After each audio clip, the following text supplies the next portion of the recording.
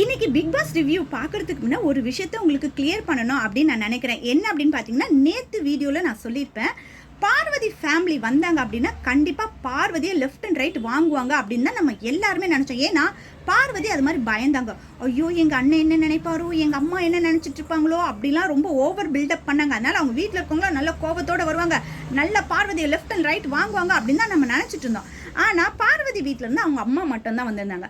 வந்தவங்களும் பார்வதி கிட்ட உள்ள என்ன நடக்குது, வெளியேருந்து பார்க்குறவங்களுக்கு எப்படி தெரியுது, வெளியே இருக்கவங்களாம் பார்வதி எப்படி கழுவி கழுவி ஊற்றுறாங்க அப்படிலாம் எதுவுமே சொல்லாமல், நீ பண்ணுறது கரெக்டாக இருக்குது, நீ ஏன் கவலைப்படுற அப்படின்னு சொல்லிட்டு அவங்களுக்கு ஒரு பாசிட்டிவாக தான் எல்லா விஷயத்தையுமே பேசுனாங்க. அதுக்கே பார்வதிக்கு ரொம்ப சந்தோஷம். ஓ அப்போ இங்கே நடக்கிறதெல்லாம் கரெக்டு தான் அப்படின்ற மாதிரி தான் அவங்களும் இருந்தாங்க.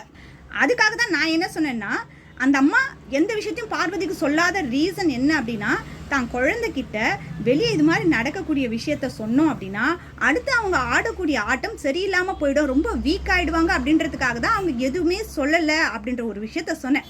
இதில் இந்த குழந்தை அப்படின்ற ஒரு வார்த்தையை யூஸ் பண்ண பார்த்தீங்களா, அதுதான் அந்த இடத்துல நான் பண்ண ஒரு சின்ன தப்பு அப்படின்னு நினைக்கிறேன். நான் எதுக்காக அந்த வார்த்தை சொன்னேன் அப்படின்னா, நமக்கு எவ்வளோ வயசானாலும் நம்ம அம்மா அப்பாவுக்கு நம்ம குழந்தை இல்லையா, அந்த ரீசனில் பார்வதிக்கு அவங்க அம்மா குழந்தை அப்படின்றதுனால அவங்க நினச்சிருப்பாங்க அப்படின்னு நான் சொல்லியிருந்தேன்.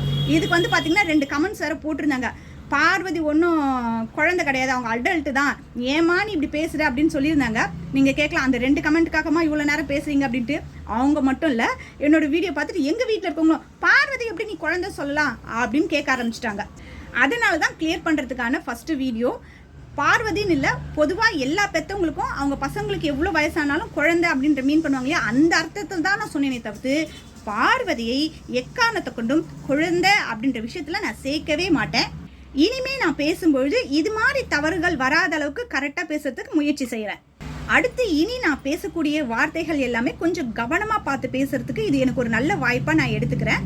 இந்த பார்வதியால் பிக் பாஸ் வீட்டில் மட்டும் பிரச்சனை இல்லைங்க, எங்கள் வீட்டில் கூட ஒரு சில பிரச்சனைகள்லாம் வருது. நேற்று இந்த ஒரு வார்த்தை சொன்னதுக்கு எங்கள் வீட்டில் நல்லா பிடிச்சிக்கிட்டாங்க என்ன. கமெண்ட் 2 பேர் தான் போட்டிருந்தாங்க. அதே மாதிரி நிறைய பேர் நினைக்கிறதுக்கும் வாய்ப்பு இருக்குது. அவங்கெல்லாம் கிளியர் பண்ணணும் அப்படின்றதுக்காக தான் இந்த ஒரு வீடியோ பதிவு.